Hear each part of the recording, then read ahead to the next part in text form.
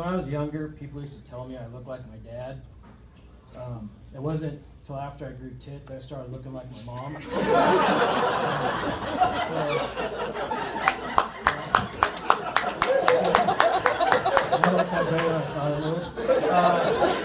So I've been taking a shit without my phone lately.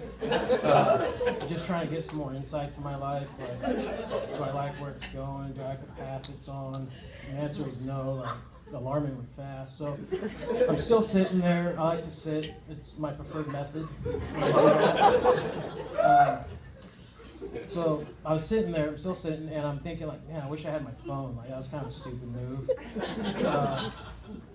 I wish I had this playlist I listened to. It was called my shit list. And so what I do is, well, let me take you through it. Okay, you're waiting there for the beer shits to kick in. And for those who don't know what the beer shits are, imagine kicking a pot of chili into a swimming pool. Beer shits. So you're sitting there waiting for the starting gun to fire. And you're cruising through your Spotify, you're in a judge-free zone. You can listen to all the lame shit you want. And you see the Coffee House playlist. And you're like, okay, let me check this out. Click on, and before you know it, Nora Jones is your personal cheerleader as you're kicking that pot of chili. So the other thing I like to do when I'm taking a shit is go on Tinder.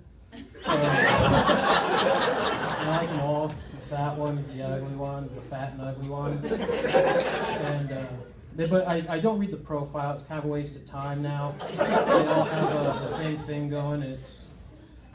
They like dogs. They like hiking. They like wine. They like designer beer. They like football. And apparently they also like not fucking me. So I'm still there. I'm still sitting. I'm still sitting.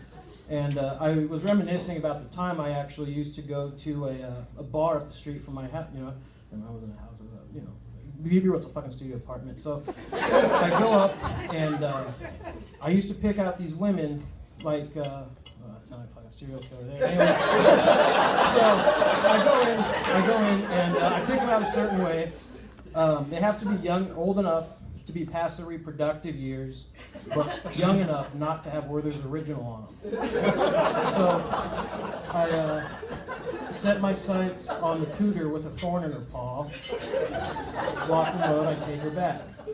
So the clothes are coming off, and underneath is just a shit ton of Spanx. And for those of you who don't know what Spanx are, they're lingerie for people who had successful gastric bypass. So I'm unraveling. So I'm unraveling this mummy, and the final one comes off, and I just unveil her like a sculptor with a masterpiece. Just, and I'm looking at her, I'm being like, wow, Mike, you're about to do this. You're about to fuck a Christmas tree draped in part inside. And the way I could describe her tits, let me rephrase that. These things are way past titty years. These are now breasts. Her breasts are kind of like hanging out like a week-old birthday balloon. Just kind of kicking it above the knee. And so, that's going on. We're wrapping up, and, she's repackaging her flat meat. I mean,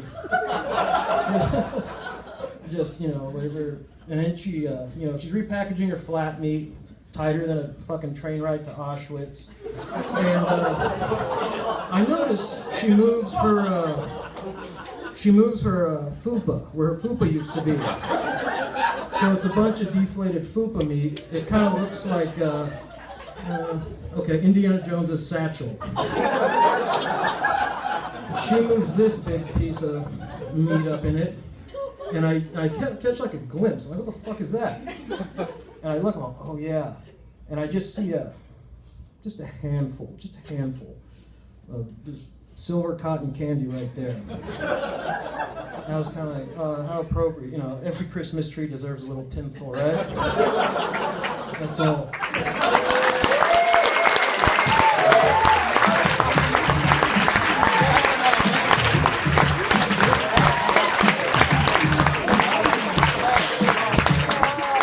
Cabio, everybody.